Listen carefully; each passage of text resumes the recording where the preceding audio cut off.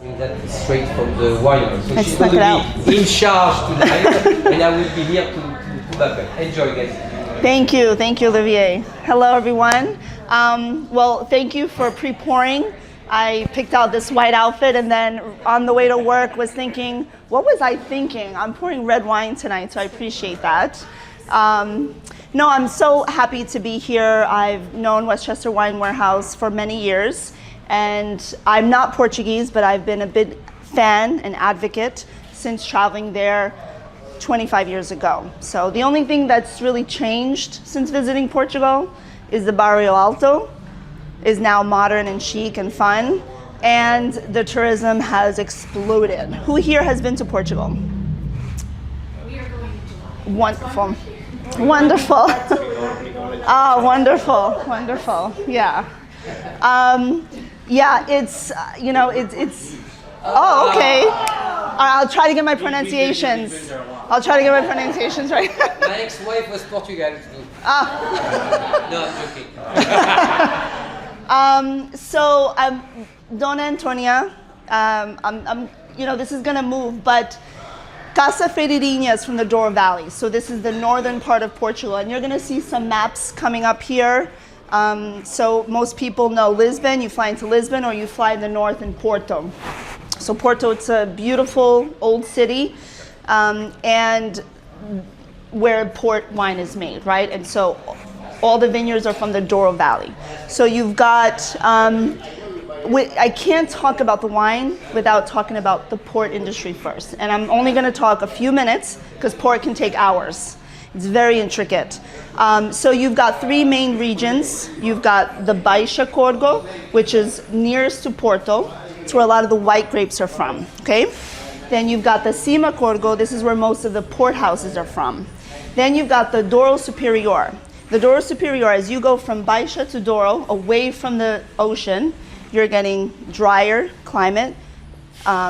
It's hotter and more rugged terrain. Okay, so the Douro as a soil is schist. So you probably see some Douro, it's the schist, right? So it's primarily schist soil, but in the Douro Superior, and with their vineyards, they have a very special plot. It's almost 400 acres of land that they have purchased over centuries, right? So Ferreira Port as a port house in 1700s, even before the region was demarcated. This was the first Portuguese port house, because you've got Taylors and Grahams, all these British port houses, but Ferreira was the first Portuguese. And Antonia Ferreira, at 33, was widowed and took over her family's company.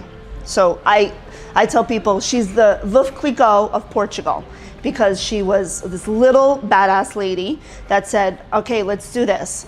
And she started she's a figure in the Douro Valley for improving the vineyards. She started creating terraces. She was improving the livelihood of the workers, shaded areas, and she started building a lot in the region. So to this day, they're even gonna build a bridge in honor of her name. So she's an icon for the Douro Valley. And they would call her Freirinha, the little Ferreira. So it was like a cute name for her. So it was a port company until the 1800s. And then Nicolas de Almeida, you're gonna see him right after Dona Antonia. It's like a black and white photo. He was the port winemaker, and he said, why don't we make a wine? These vineyards are great. Let's make a wine as exceptional as the best port we can possibly make. We have the vineyards, let's try. So his idea was to make a wine that would age like a vintage port, 25 to 30 years. It was the first still wine in Portugal, and that is Barca Velha. We don't have that today, because I'm not allowed to take it or taste it unless the winemaker is present. So it's like a big rule. But Barca Velha is the iconic wine of Portugal. And they, since 1952, have only made 21 vintages of this wine. When they're 100% certain this wine has the ageability, and this has to do with the Douro Superior. It's intense. That region of the Douro Valley is intense.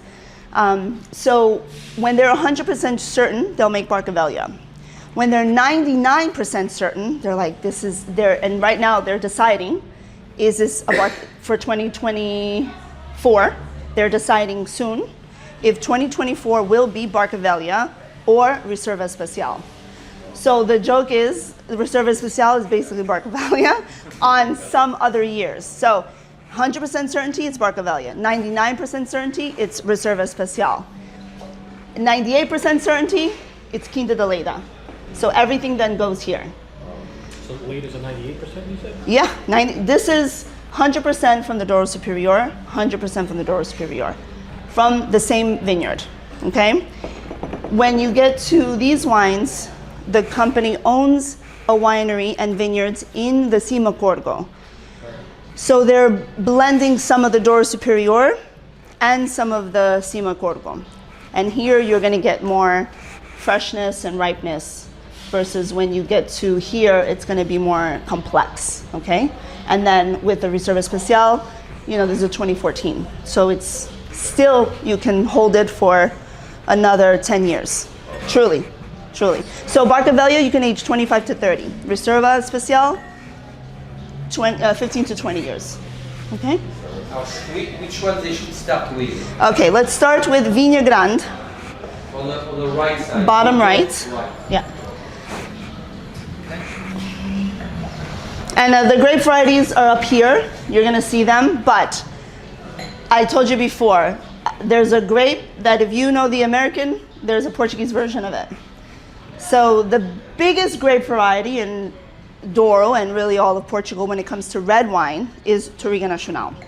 And Touriga Nacional is the Cabernet Sauvignon of Portugal. It's full-bodied, it's a wine that you can make more fresh or intense and complex. It grows all over the country and it keeps the same name. This wine, the base is Touriga Franca. And that's why you can make a wine that is coming from different regions, but still there's a lot of complexity here. So this is from the two regions, and the base of this is Touriga Franca. Then you have Touriga Nacional, and then you have a grape called Tinto Roriz, which is Tempranillo. Okay? So here it's fresh, it's ripe. I've had this with Asian food recently, and I was pleasantly surprised. It can be slightly chilled down. There's a tremendous amount of acidity. Portugal it's a small country. You can drive it in one day. And you have, so if you're leaving Spain from Rias Baixas, which is Albarino, which is super racy acidity, within an hour, you're in the Douro Valley. And now you're getting intense red fruit. Or you're in the Vinho Verde region, and then you're going you're going down to Douro Valley.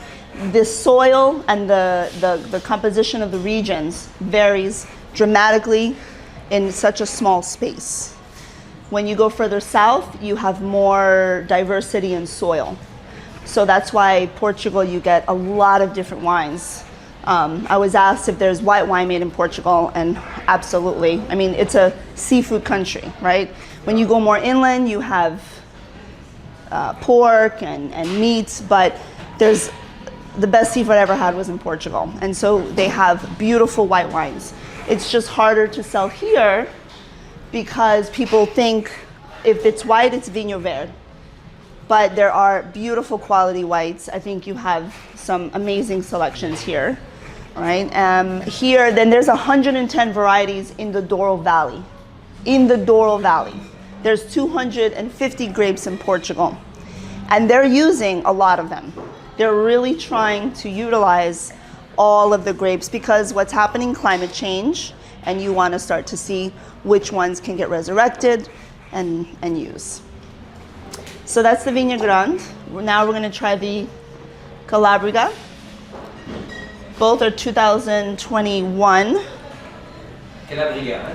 Yes. Yeah. Okay, interesting. So here you're gonna get, it's still, I feel like the Vigna Grande and the Calabriga are like more fruit forward. They're fresh, they're ripe. You're gonna get more complexity here. I don't see, well, he's talking about it now. Yeah, oh no, that's Quinta de Leda. He's not talking about the Calabriga. But here you have a very similar blend. But now they're using French oak, whereas Vigna Grande, they're using a little bit of mixed American and French, okay? Here it's a little longer, so you're gonna have more complexity. The Calabriga is very popular with Portuguese here. So we sell this a lot in like Portuguese neighborhoods versus the Vigna Grande or... When you say they use the French oak, for how long they use the French? 18 months. 18 months. Yeah, but it's used, no, it's a blend. Yeah. Yeah, this one, that's why I'm telling you, you can have, this is, but with food, the Vigna Grande is exceptional. They're all good, but it depends on the food. Here I would have more meat, steak, and here it's more versatile. Like I said, I went to a Chinese restaurant and we were having the Vigna Grande and it paired perfectly with it. So it's just about what foods you're picking. You get more nuances out of the American oak, so it brings different like vanilla flavors coming through, and it brings more like the French oak. It's more for like old world style, right? You have it's more round, more Softer. yeah, it's softer, and then with American oak, you're really getting a little bit more of a punch coming through, more vanilla, more intense on the oak side. But with that, it depending on if it's used or not, it just brings a subtle difference to it. Can you reuse French oak more than Yes. American oak? Yeah, no, you can reuse both of them. But with Portugal, they use a lot of Spanish and French oak. A lot of French oak, they prefer, because it's more the old world style. But if they're wanting to make something more new world, more what they want to say American friendly, American palate friendly, but I think the American palate is changing, so they'll change the oak composition. So now we're gonna go to Quinta de Leda. So Olivier from France, they say chateau, and in Spain they say bodegas, and in the south of Portugal they say herdade, and in Douro it's quinta, or actually anywhere north Portugal, quinta is a house, right? So, and you see a lot of quintas, especially with port, because again, this region has been built on port and growing grapes for port. Okay, so Quinta de Leda is literally a house, and I'm not sure. So here, just take a look at like the rainfall, the planted area, and then look at how green and then how brown it gets. Because the Douro Superior is less rain, more intense, space planting. Surprisingly, it does snow in the Douro Valley, okay? Because of the hills, it gets very high altitude. But it's a beautiful, literally winding river like this. It is absolutely beautiful to go. These are beautiful images. So yeah, so you have drainage. They don't irrigate.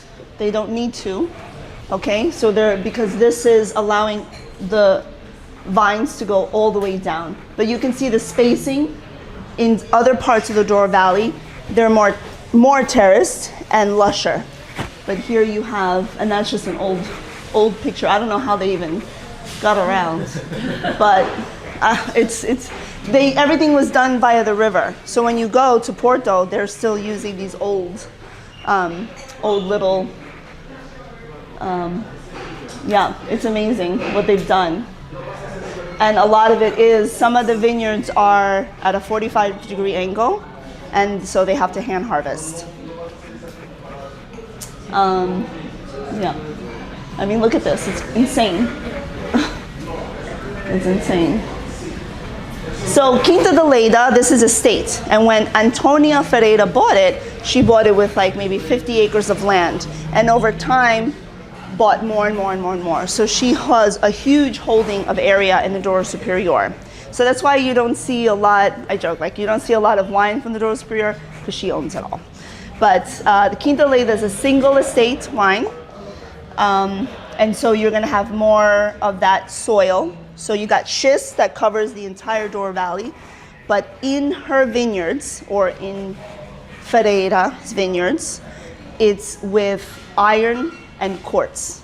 And so this can bring, because if you don't have this extra soil composition, the wines can be super intense, high alcohol, dry, just a lot, right? They're cool wines, some of them are really cool, but here it's elegant. And I say it's the flower in the desert, because even though it's as complex and age-worthy, it still has this freshness, has this minerality to it. It's beautiful. Here is where the true beauty of Portugal, where it over-delivers. This is, how much did you say, 65, 75? 74, 74, 75, yeah. 75. If this were from Spain or from California or from Italy, it would be almost double the price. There's a huge value in Portugal. How do they do their process so they can sell it at a value? It's just, these are very historical vineyards. It's been in generations and generations.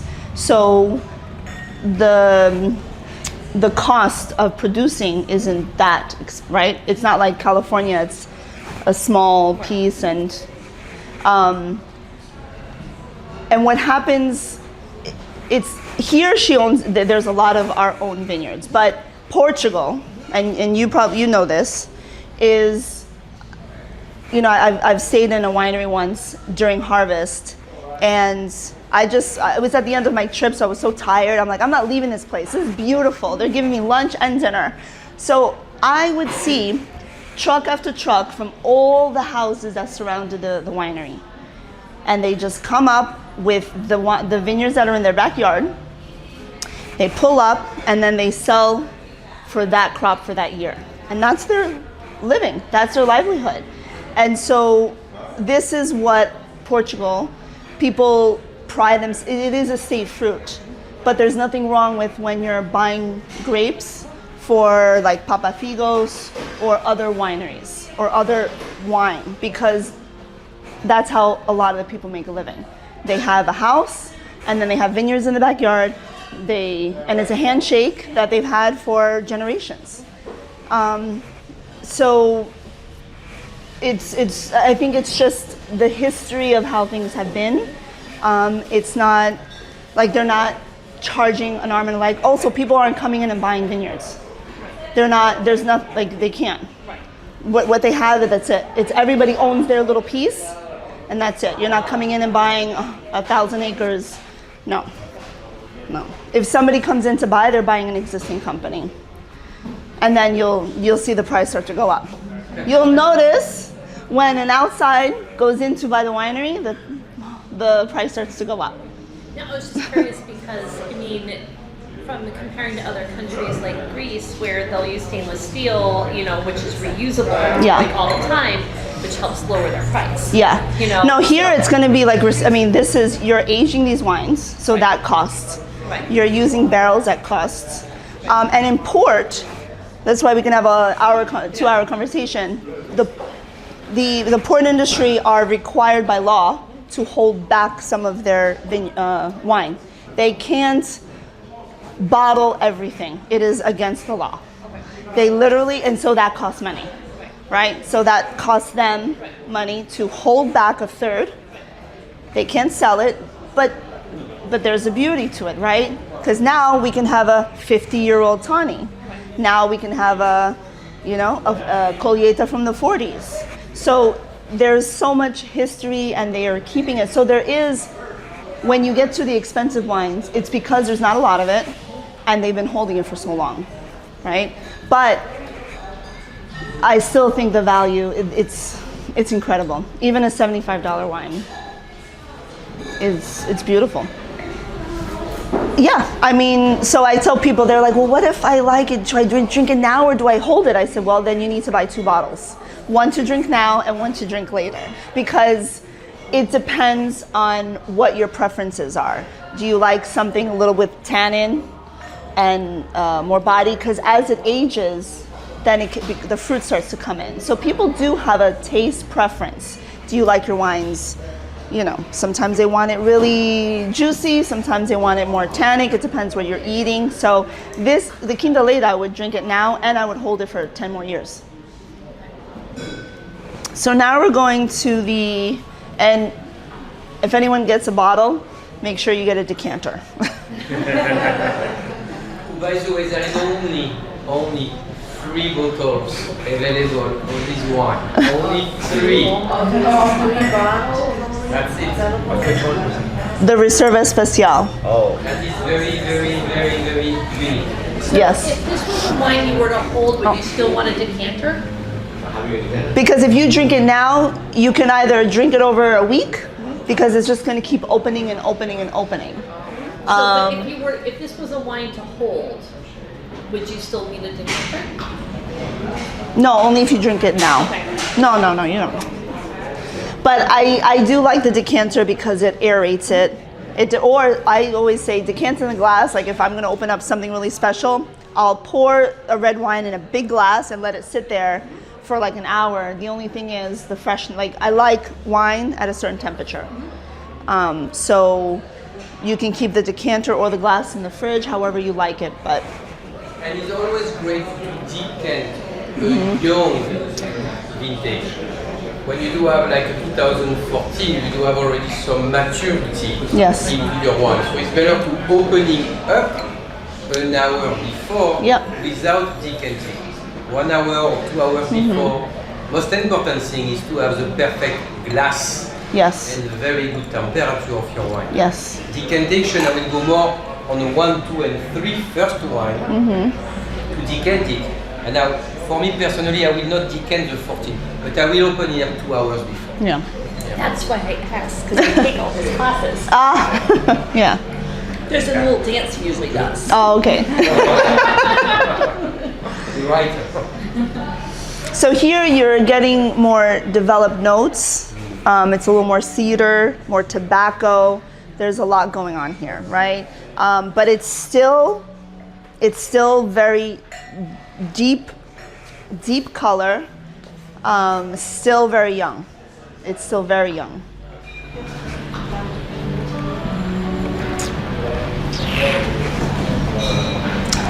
Oh, it's incredible. Super. Yeah.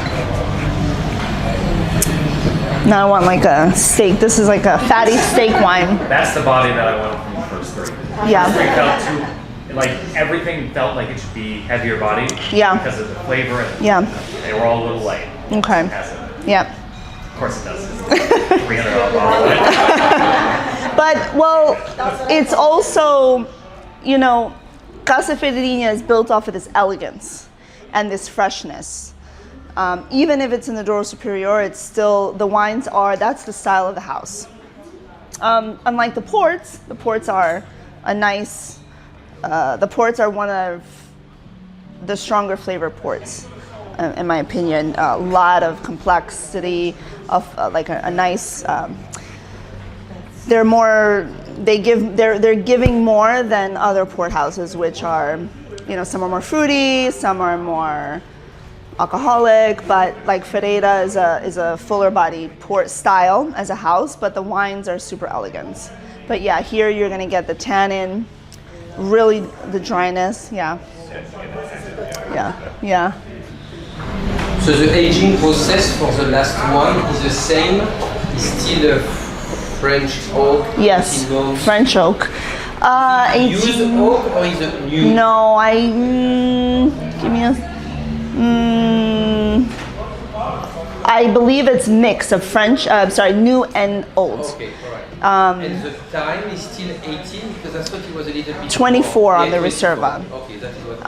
And the same for the Barcavaglia, because you don't need, they're not really doing too much to the wine. It's what the grapes are giving for that year. It's the same, again, the same concept of a vintage port. You've got an exceptional year, exceptional circumstances are going to, And then 24 bottles, months. And then just sell And it, then maybe? sit. No. Yeah, cellar. Yeah, they released this last year. So What would you pair this with? a steak. Yeah, this is asking for like a fatty steak. Yes, yeah. Or on its own. Or cheese. What do you define as new versus old oak? Anytime it's used once, Okay. it is considered old. And how And sometimes people get specific. They'll say 1-year-old used, or 2-year-old used, or 3-year-old used. They get very specific. That's They fine. don't do that here. They don't tell you. regulatory stuff. Yeah. So that's why I'm asking the question. So if you have, so how long can they use a French oak in Portugal? So, Generally between 4 to 5 years. yeah. And after you losing the impact of what the oak will give you as aroma to the flavor of the wine. After Yeah. 4 and like from the first to the second year, already the quality of the wine going one step down. So they're selling to other wineries, but it's going down, down, and down. Yeah. And after 4 years, Yeah. But with port, they don't ever give up the barrel. There will be a dilapidated barrel, and there's someone that goes and fixes it. So they're very old barrels in cellars, aging port in the Douro Valley. I should have probably told you I had a biochemistry degree as well. So maybe I think some of the wineries are sending their barrels over to the port houses to use. Yeah. they're selling as well more and more to the whiskey. Yep. Yep. And now to the wine. We do have wine are aged in a Port barrel. Wow. exactly good. Yeah. Yeah. Whiskey, but now wine as well. I've seen one whiskey barrel, not one in Portugal. There's a couple of whiskeys over on the shelf there that are port aged. Oh, super. Yes, very, very good. Yeah. Very, very good. There is a huge demand. Somebody was bored one day and said, "Let's make a wine aged in port barrels." I can't imagine how it is, but yeah, You have wine aging under the water. that too. Yeah. Yeah. Well, one would think it also be a cost savings because you're buying a used barrel as opposed to something Yes, that's that you're right. construction. That's right. So I Yeah. can imagine someone And who's making every whiskey barrel- who's just trying it out, being like, Yeah. I'll buy this cheap because it's used. Yeah, but it's also not just about that. It's who's the cooperage, what part of France or Spain or Austria or Slovenia is it from? So, everything is like this. So, it's a big business. There's so many laws in the Douro Valley. So actually, it's kind of in a lot of other regions. You can only build if there are ruins there. You can't just build a new winery in the Douro Valley. Not going to happen.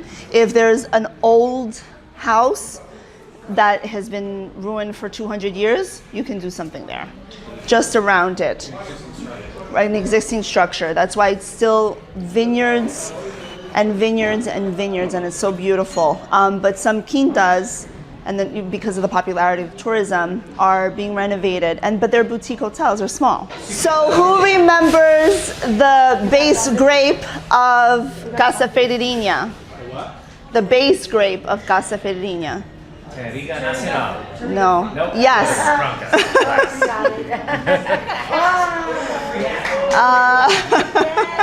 Quick more question. You're right. Go ahead. Yeah. Let me see. Oh, did you get the other one? I had 4. Give one. Okay. I pass all his other tests. Okay. Should I do You one can more? have 3 more. 3 more Okay. questions. Let's see. Well, we can do already. They're going to Portugal, so that is one. Oh, there you go. We need to support the. What is the soil of the Douro Valley? Yes.